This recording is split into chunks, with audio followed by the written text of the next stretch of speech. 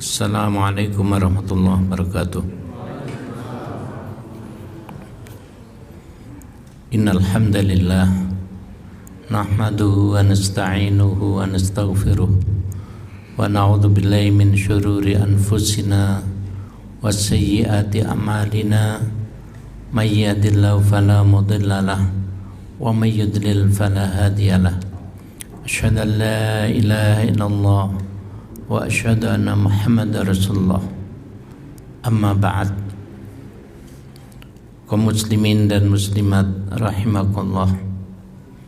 Alhamdulillah, kita hari ini berada di awal bulan suci Ramadan, bulan yang penuh berkah, bulan yang dinanti-nantikan oleh setiap orang yang beriman, bulan yang Allah meningkatkan berbagai pahala amal ibadah ataupun amal-amal soleh, bulan yang Allah membuka pintu taubat seluas-luasnya.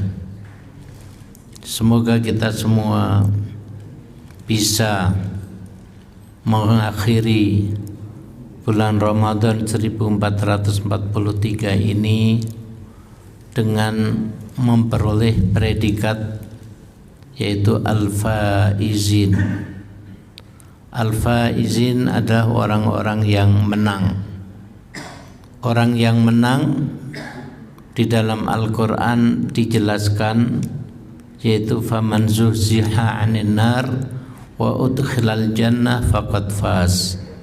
Siapa yang dijauhkan dari neraka dan langsung masuk surga, maka dia itu faz. Faz ini ada kata kerja, sedangkan orangnya disebut faiz kalau banyak faizin atau faizun. Semoga kita semua diperkenankan Allah untuk menjadi hamba-hambanya yang faizun. Kaum muslimin dan muslimat rahimakumullah, pada kesempatan yang singkat sore hari ini saya ingin menguraikan salah satu nama dari puasa Ramadan, yaitu biasa disebut syahrud du'a.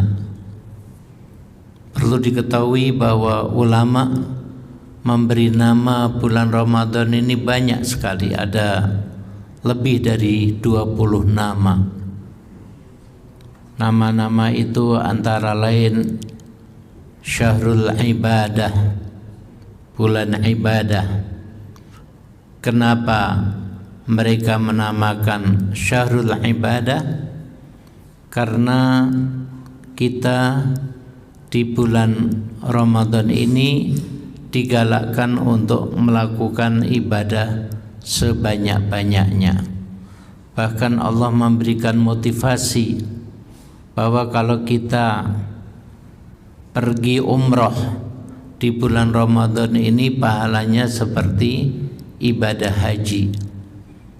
Begitu juga ibadah-ibadah lain pahalanya dilipat gandakan, apalagi nanti ketika pada Lailatul Qadar, di mana kelipatannya adalah amal yang kita lakukan mungkin hanya 5 menit, oleh Allah diberi pahala seolah-olah kita melakukannya selama 1000 bulan.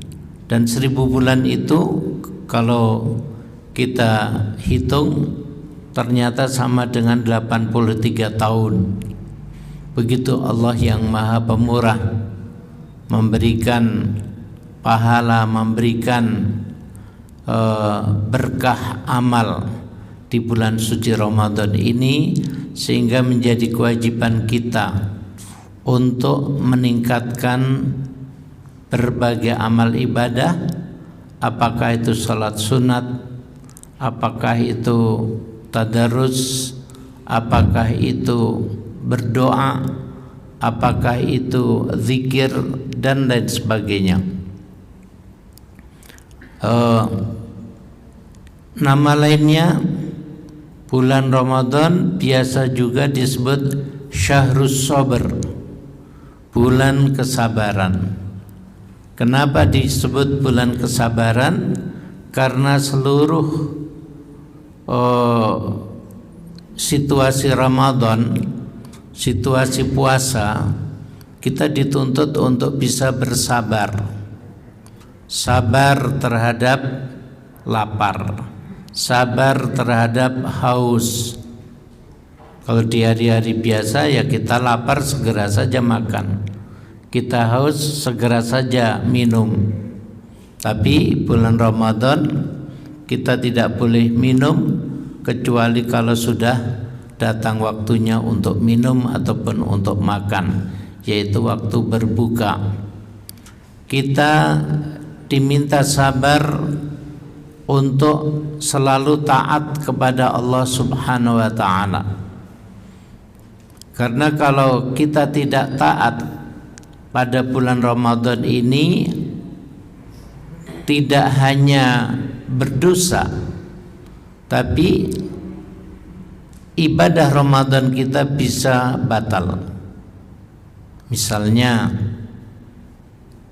orang yang tidak taat untuk meninggalkan ghibah. Ghibah haram. Ghibah menyebabkan dosa. Itu di bulan-bulan lain. Tapi kalau bulan Ramadan orang ghibah, dosanya dapat, dan lebih dari itu puasanya batal. Sehingga kita harus ekstra bisa bersabar pada bulan Ramadan ini. Dalam hadis Rasulullah SAW juga menyatakan bahwa puasa itu junnah. Junnah itu tameng, ya, tameng yang biasa orang gunakan untuk perang. Lalu apabila kita puasa, jangan kita ngomong kotor, jangan ngomong jorok. Dan apabila kita diprovokasi untuk bertengkar, maka katakanlah, aku sedang puasa, inni shaim. Ya, jadi meskipun di hari-hari biasa kita mendengar omongan-omongan semacam itu menjadi marah, tapi kalau kita sedang puasa, kita dituntut untuk sabar. Jangan melayani orang-orang yang berkata-kata jahil atau kejahilan. Ini ada bulan sabar. Sabar untuk taat, sabar menjalankan perintah Allah, sabar menjauhi larangan-larangan Allah. Bulan puasa juga biasa disebut Syahrul Qiyam, bulan untuk Qiyamul Lail. Apakah itu sholat tarawih ataupun juga sholat qiyam, sholat tahajud. Rasulullah SAW bersabda, man qama Ramadan imanan wahtisaban ghufira lahu ma taqaddama min dzambi.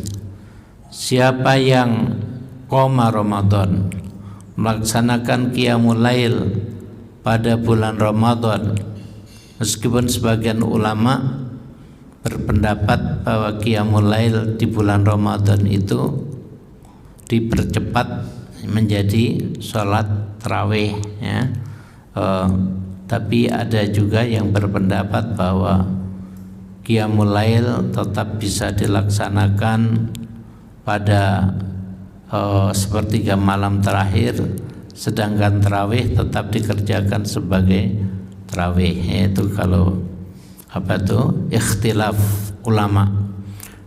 Jadi bulan Ramadan ini karena kita memang sangat digalakkan untuk melaksanakan Qiyamul Lail, maka disebut Syahrul Qiyam, bulan untuk melaksanakan Qiyamul Lail. Dan masih banyak lagi nama-nama dari bulan Ramadan, seperti yang saya katakan tadi, lebih daripada 20. Satu lagi yang ingin saya uraikan pada sore hari ini, bahwa bulan Ramadan disebut sebagai Syahrud Du'a, bulan untuk berdoa. Ini para ulama mengkaitkan dengan surat Al-Baqarah 186 yang mana Allah berfirman, A'udzu billahi minasyaitonir rajim, wa idza sa'alaka 'ibadi 'anni fa inni qarib ujibu da'watad da'i idza da'an falyastajibu li wal yu'minu bi la'allahum yarshudun. Wa idza sa'alaka 'ibadi 'anni, dan apabila hamba-hambaku bertanya kepadamu wahai Muhammad tentang diriku, fa inni qarib, sesungguhnya aku sangat dekat.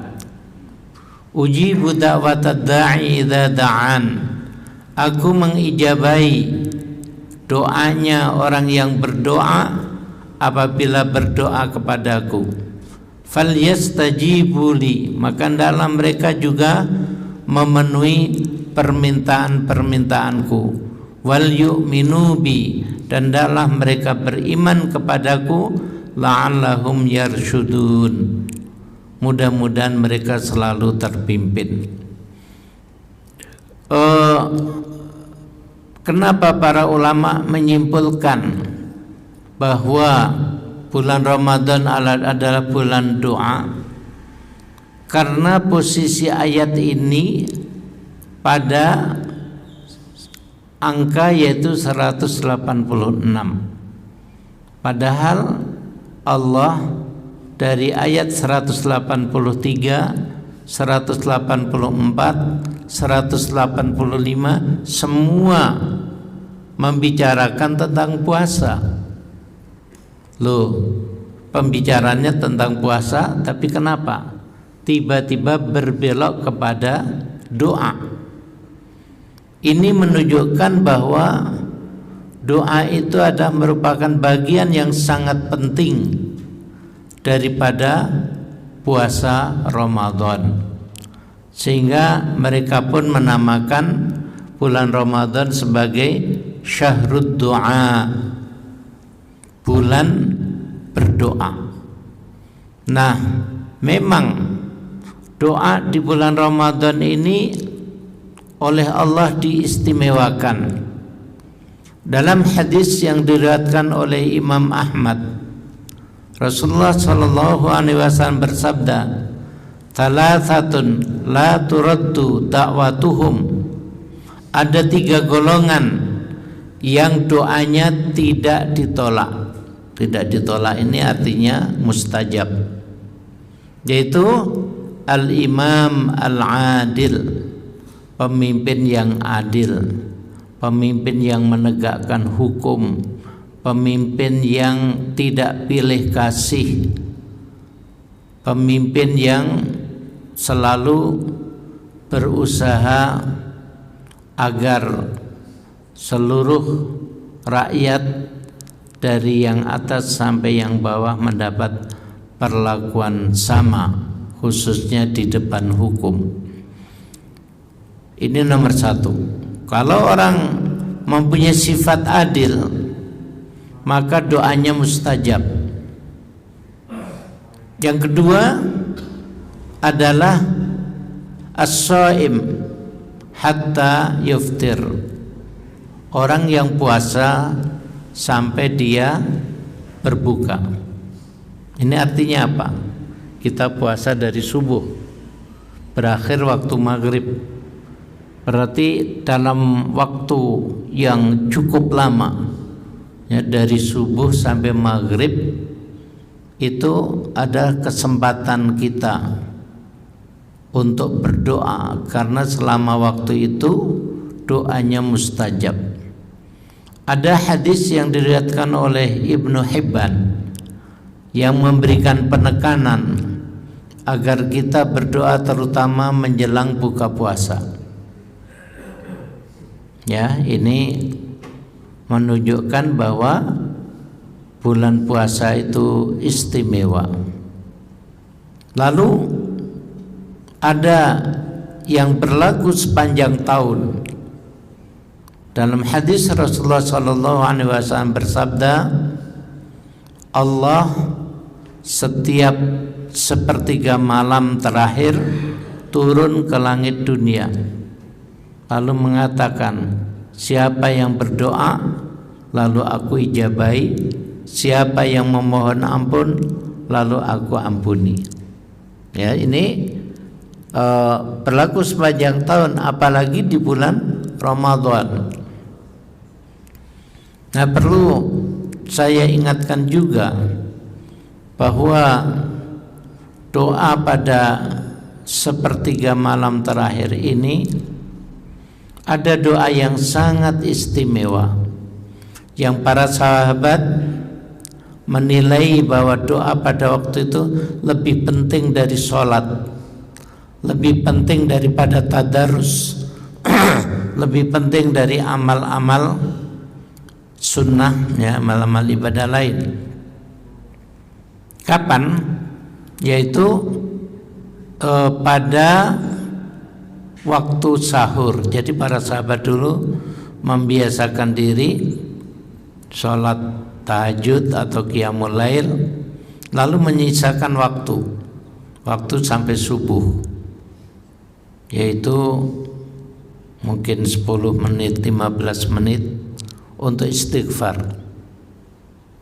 Nah, ini seperti di surat Adz-Dzariyat disebutkan sifat orang yang beriman, yaitu wa yastaghfiruna bil ashar. Mereka selalu yastaghfir, mohon ampun, bil ashar, pada waktu sahur.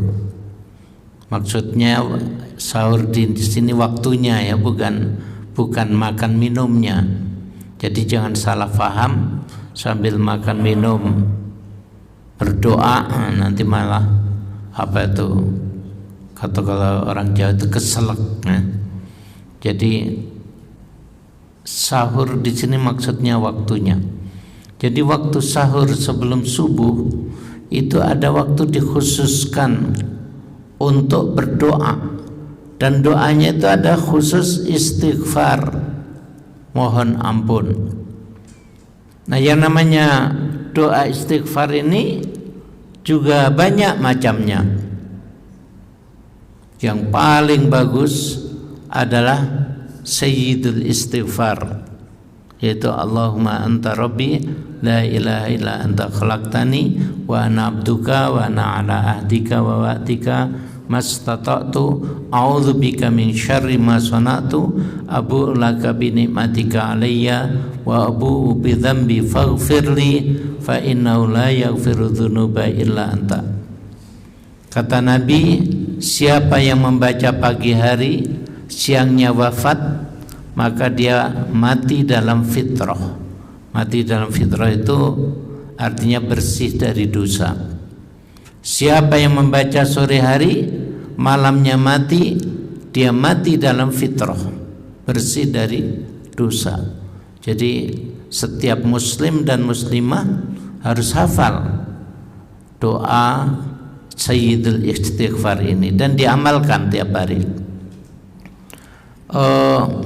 Doa yang istimewa lain yaitu doanya Nabi Yunus. Nabi Yunus ketika ditelan ikan, beliau berdoa. Apa doanya? La ilaha illa anta subhanaka inni kuntu minadz zalimin. Karena doa ini Allah mengabulkan dan mengeluarkan Nabi Yunus dari perut ikan. Bahkan di situ di ayat berikutnya disebutkan, dan kalau tidak demikian maka dia akan berada dalam perut ikan sampai hari kiamat. Masya Allah. Nah, berdasarkan ayat itu pula para ilmuwan berkesimpulan bahwa ikan yang menelan Nabi Yunus itu masih hidup sampai sekarang, sampai hari kiamat.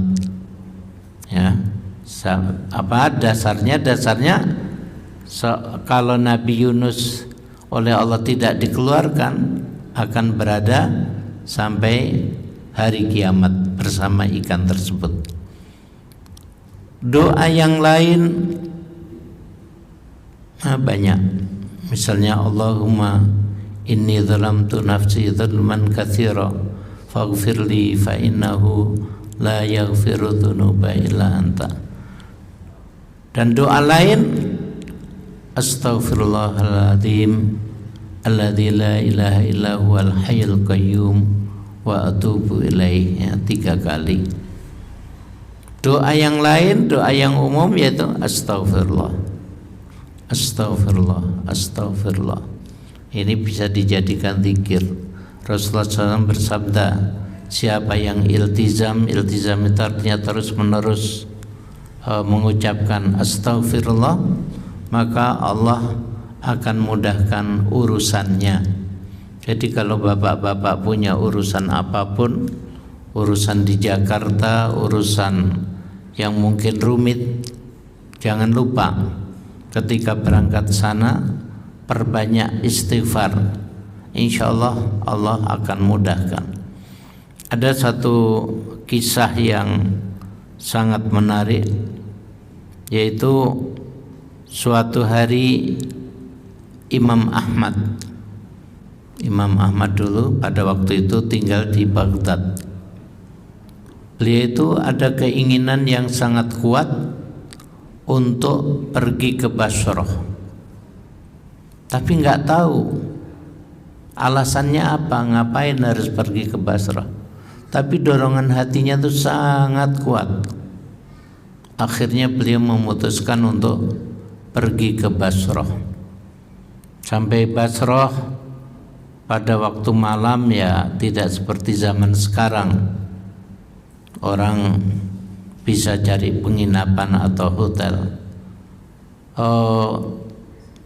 Jadi di masjid tempat beliau sholat isya, Imam Ahmad itu ingin bermalam di masjid itu, tapi oleh marbotnya mungkin tidak diizinkan, sehingga terpaksa Imam Ahmad tidur di emperan masjid. Di emperan juga nggak diizinkan.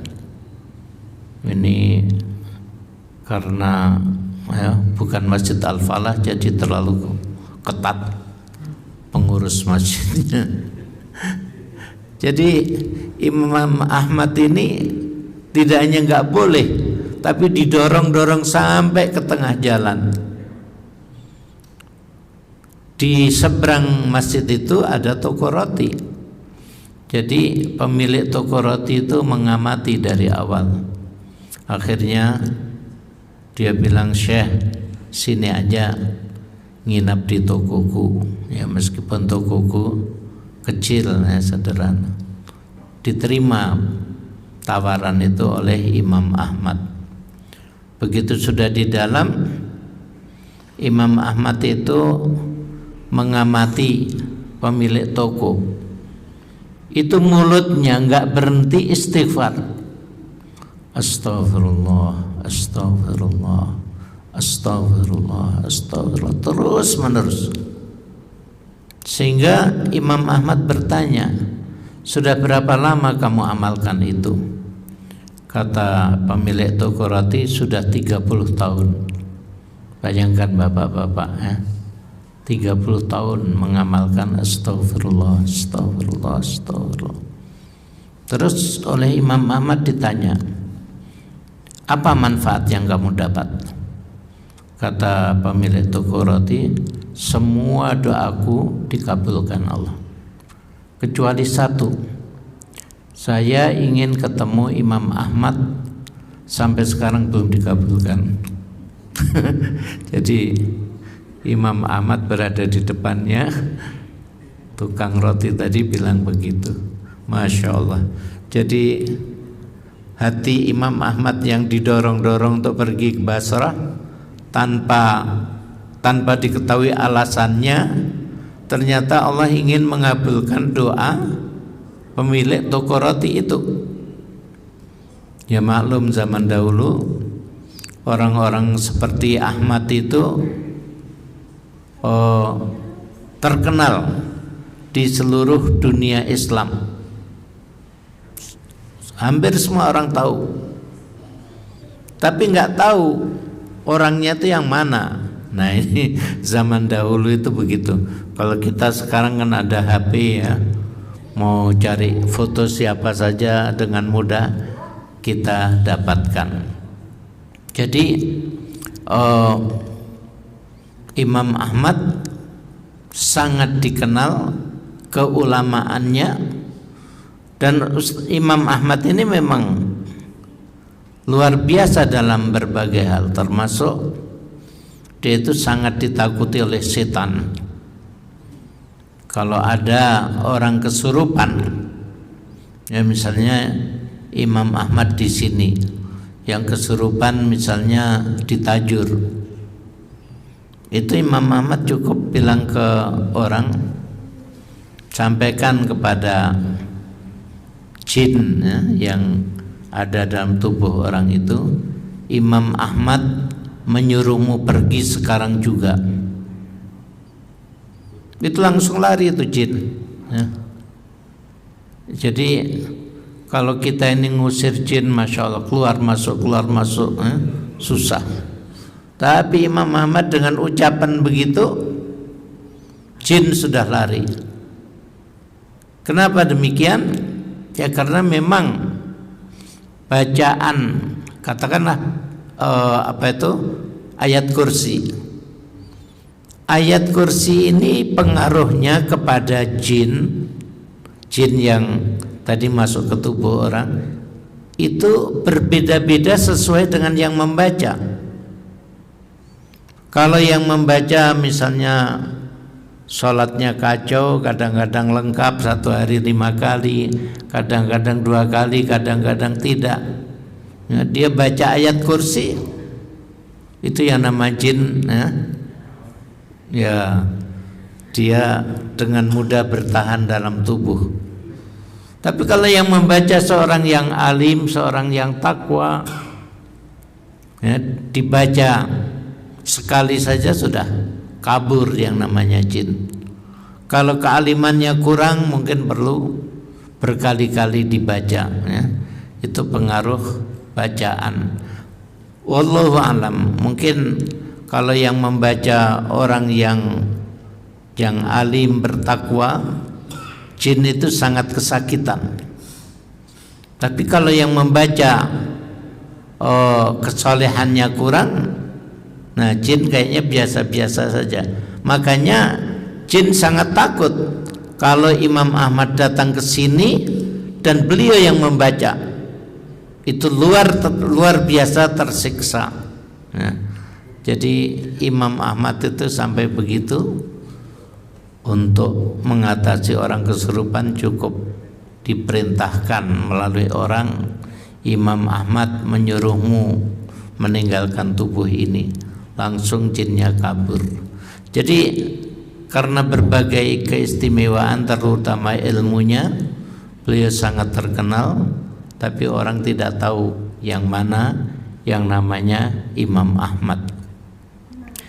Itu tadi antara lain ya, doa-doa yang sangat penting.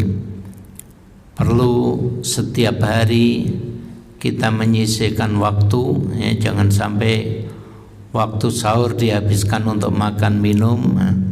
Tapi sisihkanlah meskipun 10 menit 15 menit untuk beristighfar sehingga kita masuk dalam golongan yang Allah sebutkan dalam satu ayat, wal mustaghfirina bil ashar. Mereka itu selalu istighfar pada waktu sahur. Nah, jadi itu tadi waktu-waktu yang sangat baik di waktu-waktu lain, dan apalagi pada waktu puasa Ramadan. Kenapa doa ini penting? Ya, sudah barang tentu semuanya penting. Ibadah penting, ya. Zikir penting, tadarus penting. Akan tapi saya mohon bapak-bapak, ibu-ibu untuk lebih konsentrasi pada doa. Kenapa? Karena kondisi kita umat Islam Indonesia saat ini sangat mengkhawatirkan. Kita nggak tahu apa tahun depan kita masih bisa dengan aman melaksanakan kajian, melaksanakan berbagai amal ibadah seperti sekarang. Wallahu a'lam. Ya, jadi kondisi umat Islam sekarang ini kondisi yang memang tidak ada solusi kecuali solusi dari Allah Subhanahu wa taala. Ini sama atau bahkan lebih parah dari tahun 1965. Tahun 1965 itu umat Islam benar-benar tidak mampu melakukan apapun. Kita berkali-kali dikhianati oleh PKI. Tahun 48 ratusan kiai, ustadz, santri di pinggiran kota Madiun dibantai oleh PKI, dan umat Islam gak mampu membalas pengkhianatan mereka. Di Jombang, Banser dan Ansor dibantai oleh PKI. Di Banyuwangi,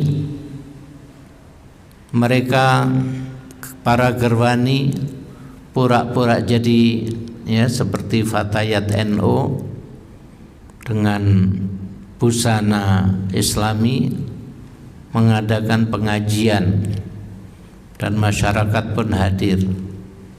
Ternyata masyarakat disuguhi dengan makanan yang beracun, sehingga pada umumnya yang makan makanan itu mati, dan umat Islam tidak mampu berbuat apa-apa. Gubernur Jawa Timur dibantai oleh PKI ketika pulang dari lawatan ke Jawa Tengah.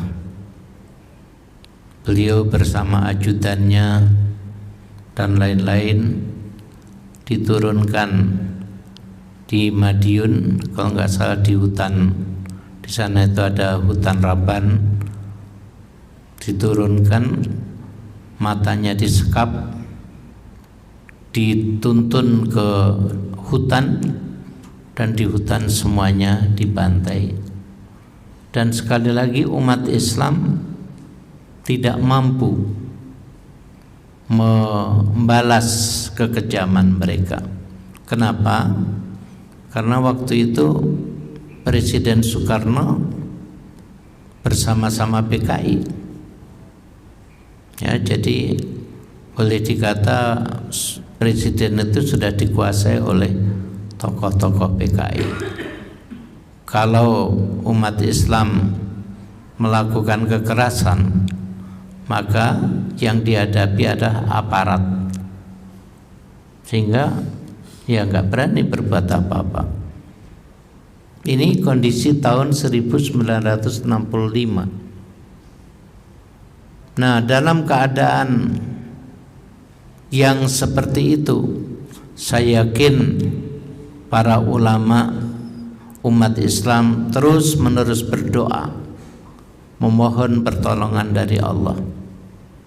Bagi Allah urusan itu sangat mudah. Ya, Allah mentakdirkan PKI ketika baru saja berontak, mereka sudah membantai 7 orang jenderal. Ini menyebabkan TNI marah besar. Kemarahan TNI menyatu dengan kemarahan umat Islam yang sudah bertahun-tahun gak bisa membalas atas kekejaman PKI. Ya, ketika dua kemarahan ini menyatu, maka keadaan berbalik. Tadinya PKI ingin membantai umat Islam, yang terjadi umat Islam yang membantai mereka. Saya pada waktu itu umur 9 tahun dan ayah saya menjadi dan ramil di kecamatan di pinggiran kota Blitar. Saya pun sering diajak kalau beliau tugas di sana. Jadi saya sangat menghayati kondisi waktu itu. Nah, dokumen-dokumen disita, dokumen milik PKI. Apa yang ditemukan di sana? Yang ditemukan antara lain bahwa masing-masing keluarga Islam itu oleh PKI sudah disediakan kuburannya. Kita ditipu oleh pemerintah waktu itu. Semua masyarakat disuruh menggali lubang di belakang rumah 2 meter kali 2 meter, terus dalamnya 1,5 meter. Untuk apa? Katanya nanti untuk persembunyian kalau perang melawan sekutu. Itu kita dibohongi. Ternyata apa ya? Ternyata di dokumen PKI itu kita temukan bahwa misalnya kami sekeluarga besar nanti setelah disembelih, kuburannya di sana, bukan langsung di belakang rumah kami, tapi oleh mereka, oleh PKI sudah ditata sedemikian rupa. Jadi mereka itu sangat serius ingin menghabisi kita. Tapi apa yang terjadi tadi? Dengan mudah oleh Allah dibikin keliru atau salah, baru berontak sudah membunuh jenderal-jenderal. Akhirnya kemarahan TNI dan umat Islam menyatu padu dan pembantaian itu terbalik, ya. Bukan mereka membantai kita, tapi kita membantai mereka. Nah, begitu kalau Allah memberi pertolongan. Oleh karena itu, dengan kondisi sekarang di mana semuanya sudah dikuasai oleh mereka, gak ada yang tersisa. Militernya, polisinya, ekonominya, politiknya. Nah, kita nggak punya jalan keluar kecuali jalan keluar yang diberikan Allah. Kalau Allah sudah memberikan solusi, maka wa makaru wa makarallah wallahu khairul makirin. Ya.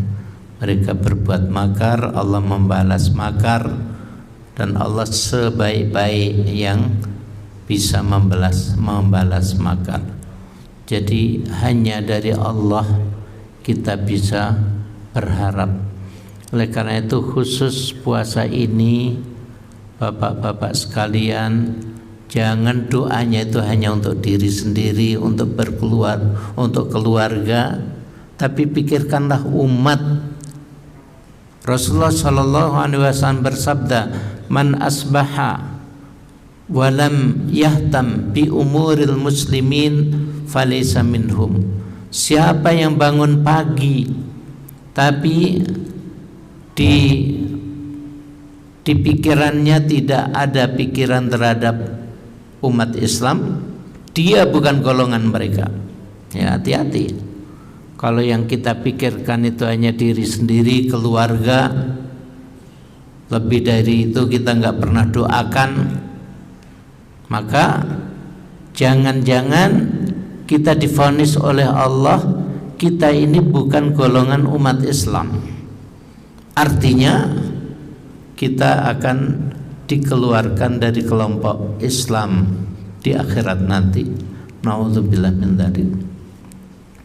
Oleh karena itu, sekali lagi, kenapa pilihan saya sore hari ini adalah mengupas tema Syahrud Doa, bulan untuk berdoa, karena kita sangat perlu untuk memohon kepada Allah agar umat Islam Indonesia ini diselamatkan, agar umat Islam Indonesia dimenangkan terhadap musuh-musuhnya, sehingga ke depan kita semakin bagus, bukan semakin terpuruk, bukan semakin hancur.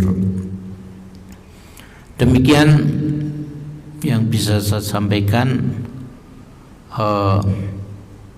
Seperti biasa, barangkali ada yang mau bertanya, saya persilahkan. Ya.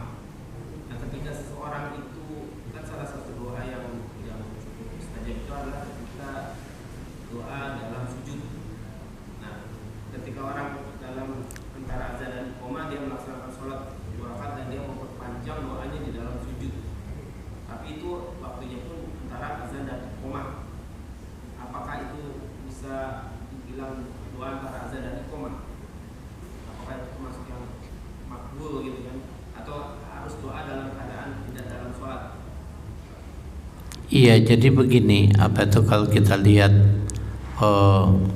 amalan para sahabat ini terkait dengan doa waktu sahur ya.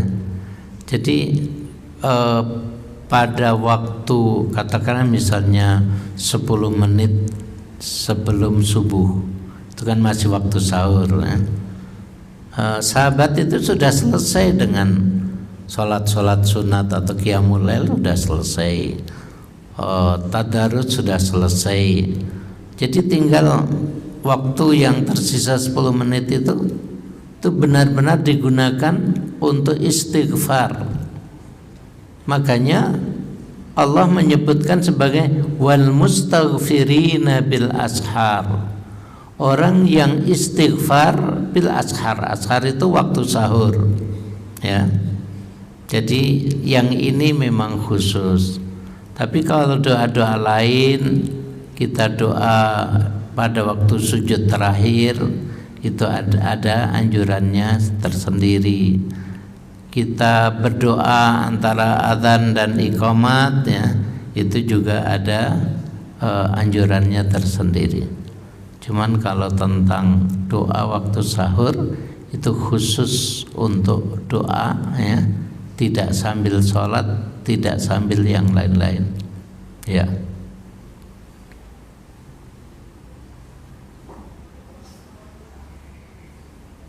Ini nanti bukanya di masjid atau di rumah?